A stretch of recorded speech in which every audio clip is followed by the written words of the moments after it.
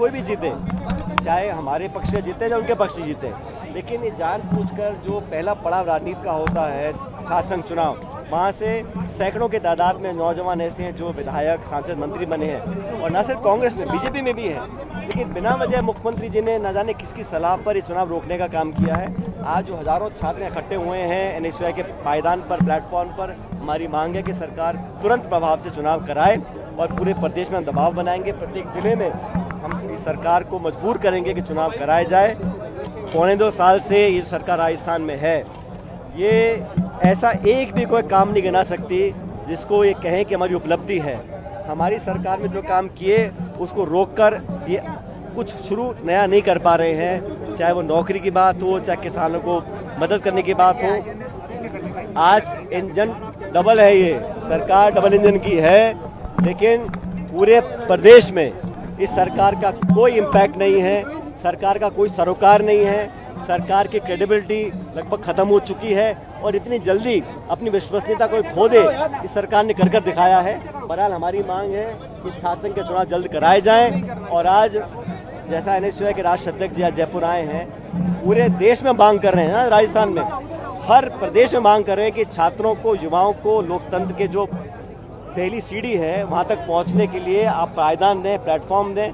लेकिन ये कायरता मैं समझता हूँ कि प्रदेश की सरकार ना चुनाव करा रही है पंचायत समिति के, ना नगर पालिका के, और छात्रों को चुनाव नहीं कराए।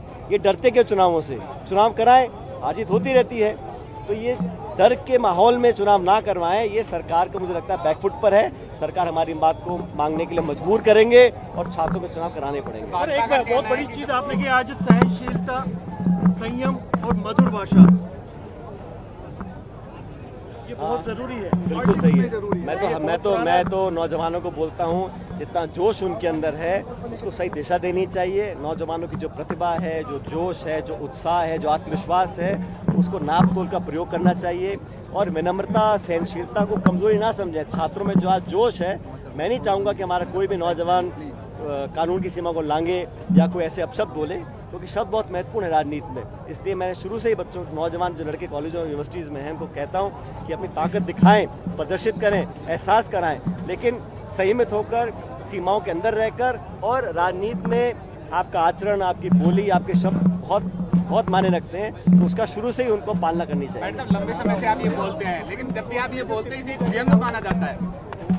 मैं तो नौजवानों को वो दे रहा हूँ जो मैंने अपने 25 साल में सीखा है, और मुझे बहुत जल्द मौका मिल गया था राजनीति में आने का। 25-26 साल की उम्र में संसद में चला गया था, तो मेरा अनुभव ये रहा है कि नौजवानों को बहुत कुछ करके दिखाने का मौका मिलता है, लेकिन जीवन में, राजनीति में जो हमारा आचरण है, जो बोली है, जो हमारी कार्यप्रणाली है, बहुत महत्वपूर्ण होती है, उस पर बहुत ध्यान देना चाहिए। सत्यपाल मलिक जी का निधन हुआ, सत्यपाल मलिक जी का निधन हो गया है। मैंने अभी हम सब ने मिलकर सामूहिक रूप से सत्यपाल मलिक जी को श्रद्धांजलि दी है। उन्होंने जीवन में हमेशा किसानों की लड़ाई लड़ी है, उनके जाने से बहुत बड़ा एक आहत हम सब लोगों को हुई है। मैं उम्मीद करता हूं कि उनकी आत्मा को प्रभु शांति देगा, लेकिन उन्होंने अपने जीवन के अंतिम सांस तक लड़ाई लड़ी किसानों की, वो हमेशा देश याद रखेगा। राहुल जी को लेकर सुप्रीम कोर्ट ने जो टिप्पणी की है, प्रियंका अभी गांधी सुप्रीम राहुल गांधी जी ने जो बोला, विपक्ष के नेता को ये पूरा अधिकार है कि सरकार से सवाल पूछे, और मैं समझता हूं कि इस प्रकार से अगर सोशल मीडिया पे नेता प्रतिपक्ष अपनी बात नहीं रखेंगे तो कहाँ रखेंगे? किस कानून में लिखा है कि अपनी बात को नहीं रख सकते? सवाल पूछना, विपक्ष के पास कभी भी दस्तावेज नहीं होंगे, विपक्ष के पास कभी भी कागज नहीं होंगे, लेकिन जो सवाल पूछने हैं वो पूछा जाएगा। और मैं तो दाद देता राहुल गांधी जी की, हर मोर्चे पर उन्होंने सवाल पूछे, सरकार को कटघरे में खड़ा किया, और अनेकों बार सरकार बैकफुट पे आई, अपने निर्णयों को वापस लेना पड़ा है।